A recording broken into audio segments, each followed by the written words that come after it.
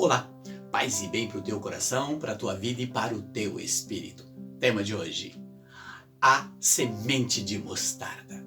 Vamos ver o que o Senhor nos traz e que luz que Ele nos dá nos tempos que estamos vivendo dentro desse texto para nós hoje. Está no Evangelho de Mateus, capítulo 13, de 31 a 35. Diz assim o Senhor. Em seguida propôs-lhe outra parábola. O reino dos céus é comparado a um grão de mostarda, que o homem toma e semeia em seu campo. Esta é a menor de todas as sementes, mas quando cresce torna-se um arbusto maior que todas as hortaliças, de sorte que os pássaros vêm aninhar-se em seus ramos. Disse-lhe por fim, esta outra parábola, o reino dos céus, é comparado ao fermento, que uma mulher toma, mistura em 3 medidas de farinha e que faz fermentar toda a massa.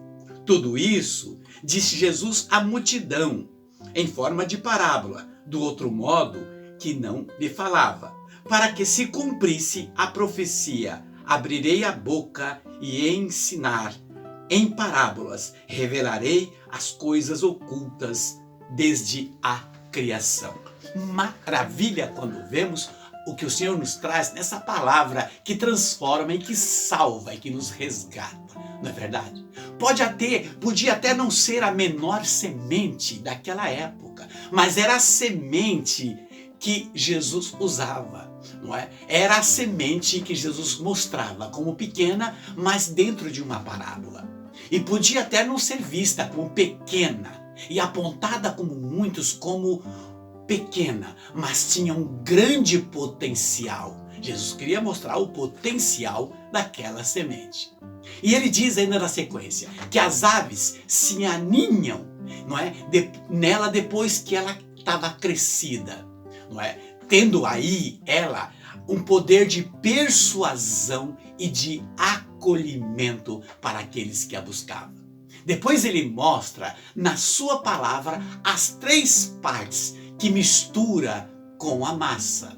Bom, vamos tirar do que Jesus nos diz, não é, alguns pontos fundamentais. Primeiro, ele já apontava para todos que ali com eles estava o reino de Deus. Isto é, o início, o meio e o fim. As 3 pessoas do reino, a Santíssima Trindade. Por isto, já vemos João Batista dizendo em Mateus 3:2, relatado por Jesus, não é? Que já alertava o povo que o reino de Deus estava próximo. Em Mateus 4, versos 17, Jesus dizia que o reino de Deus estava próximo, chamando também a atenção do povo. Em Mateus 5, versos 3, não é? Nas bem-aventuranças, Jesus dizia, o reino de Deus é para os humildes, visto como pequena semente diante dos homens, mas grande diante de Deus. Que lindo! Em Mateus 5, verso 19, diz Jesus que os que guardar os mandamentos, a sua palavra, colocando elas em prática, repassando elas, não será uma semente pequena, mas grande no reino de Deus. E será fonte de alegria, descanso e acolhimento para outros. Diz ainda Jesus, em Mateus 13, verso 18. As boas sementes são os filhos do reino, pois o Rei da Glória dirá para as boas sementes no dia de fazer o check-in para ir para a eternidade. Não é? Vem, benditos do meu Pai, tome posse do reino que lhe foi prometido desde o início. Que lindo, né? Em Mateus 26, versos 29, diz ele, o Rei da Glória irá brindar e congratular com as boas sementes na chegada no reino. É por isso terão conhecimento dos mistérios do reino, mas que as más sementes jamais terão.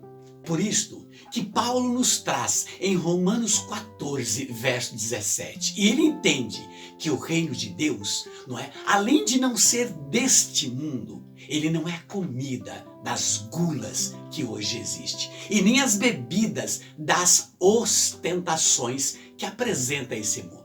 É por isso que na carta aos Tiago, no capítulo 2, verso 5, não é, diz que só os ricos na fé e na humildade terão o passaporte carimbado para o reino.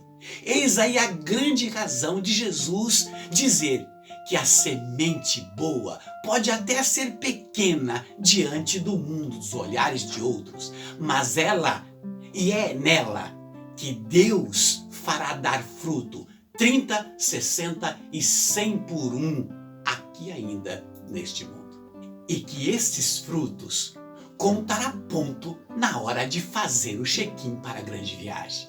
Pois dessas sementes, não é, foram regadas com o fermento do amor a Deus e aos irmãos, a audição provida de obediência.